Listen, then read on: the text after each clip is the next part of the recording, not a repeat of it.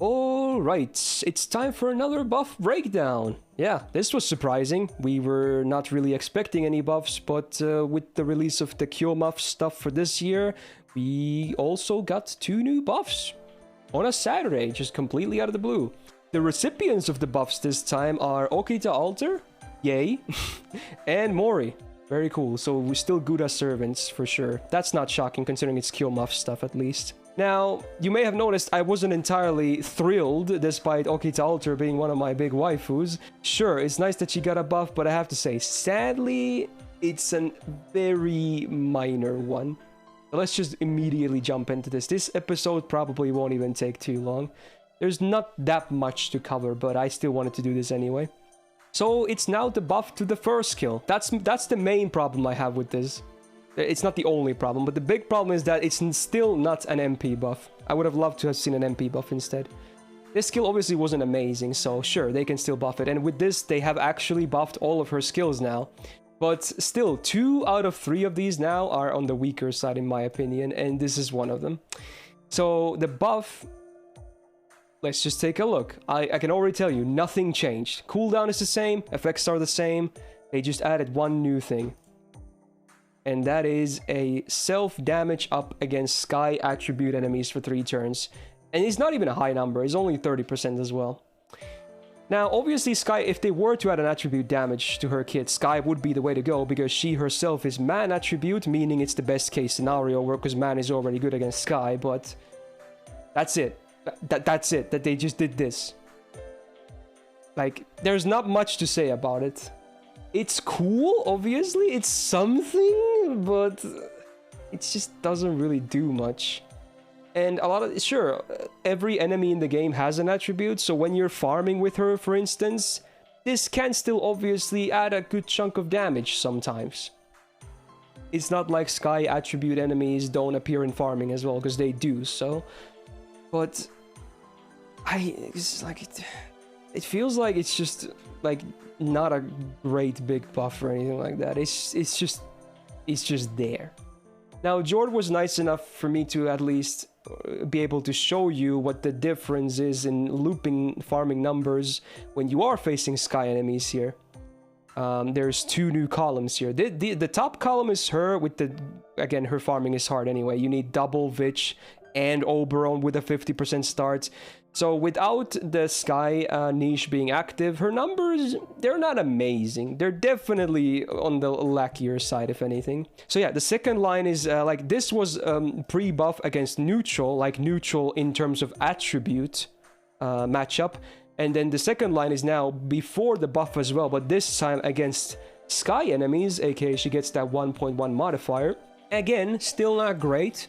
It's alright, but it's not great. And then the third line is against Sky enemies, full Sky enemies, and also after the buff where she has that 30% damage mod against Sky active. So it doesn't change the numbers in a very drastic way, honestly.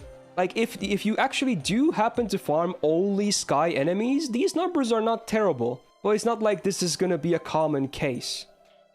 And even then, it's still not like top tier numbers. They're alright numbers. And considering how demanding her setup is in the first place, you would hope to expect to see maybe higher numbers to begin with. So, you know? Like, it doesn't really do too much. Yeah, she has 4 different offensive buffs now, so that's nice because they multiply, but still the MP without the buff, like, it's still not going to be super damaging either.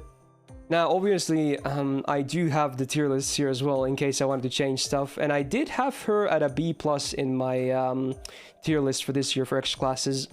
I don't think I'm changing it. I don't think so.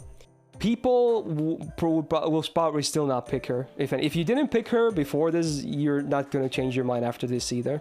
I'm going to be one of those people that will be using her for farming once NA gets the Buster tools, because mine is very impressive and I like her, you know. But for most people who don't really love her, there's way better options out there. Like, you shouldn't force yourself to be farming with her anyway. She's not that great. Only if you're someone like me who really loves her, then you're going to be using her. So this realistically doesn't really change much at all. So I will keep her in the same spot here. So there you go. Not much else for me to say about the buff. Side note, I guess it's nice to have for bosses as well, but even then, it's like, it's not that big of a change. So I was hoping to see an MP buff. So maybe someday they'll give her the quad buff, so everything in her kit is buffed, including the MP, but so far, is not a whole lot to go on with. Now then, let's talk about the Mori buff. This is an interesting case. Because much like the Okitan one, they share one thing in that much doesn't change, but this one actually has a bigger impact. So let's see what we're working with here. It's another skill buff as well, and it's to his second skill. He had a very interesting second skill, which made it so that whenever you attack, you gain up to 15% attack for 3 turns, actually, which is not bad. Skill had a 5-turn cooldown, but then there was a fairly hefty demerit that you also stack defense down on yourself by 10% for every attack you do for 3 turns. Now, this used to be like this, that it's for 3 attacks or 3 turns, so you could get 45% attack up if you did 3 different attacks with this, obviously. Now, everything else remains the same, including a cooldown, much like with Okitan Alter, but you might not be seeing the difference easily, but they change it from being 3 attacks, 3 turns to just 3 turns, like straight up. So now it means you can get more buffs besides just 45% attack from 3 attacks, and then it would expire. Now, let's say you got the best case scenario where you have 3 brave chains of him in a row, which is 4 attacks per turn. In that case, you can get 180% attack up, rather than 45% attack up. Now, when you look at the difference, that's over 3 times more. Obviously, the 180% doesn't apply anymore. The effective number is 165% because this applies after damage. So the last extra attack of the third Brave Chain does not actually get 180% attack up. It would get 165, but it's still more than 3 times higher, which is kind of cool. Now, this is an interesting case because this is the first time, I believe, ever where they have arguably made a demerit worse. Because remember, this is tied to the same effect here, right? So this means that he can stack defense down on himself further than minus 30% as well. Now, honestly, yes, it's a worse case for the demerit as well, but he's a 3-star, right? He's a berserker. He's fragile anyway. So does it matter if you're going to be minus 30% defense down or like minus 100% in the worst case scenarios? Not really. He's going to die fast anyway.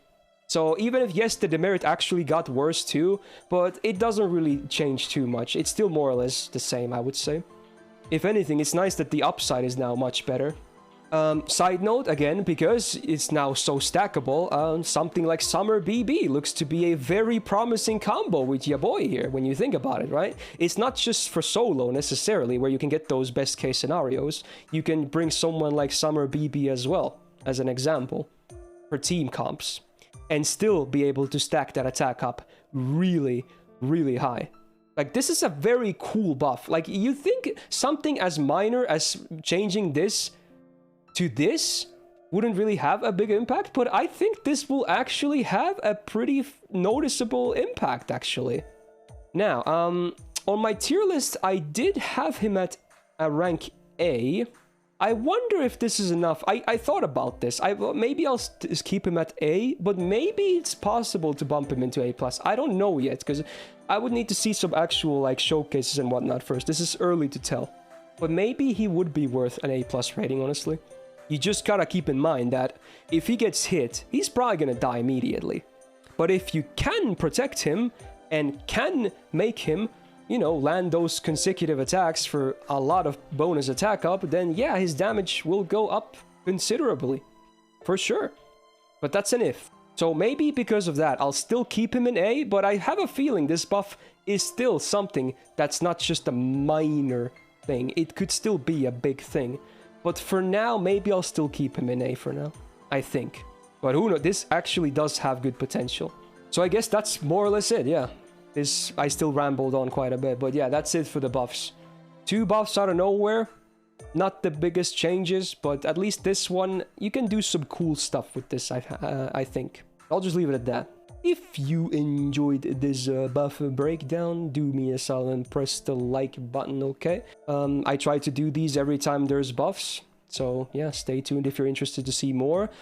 Tier lists are on the way. Next week I'll start with the 5-star CE tier list, so that should be fun for you guys that enjoys that stuff. And expect to see more gacha, maybe gameplay, all kinds of fun stuff. So yeah, definitely stay subscribed.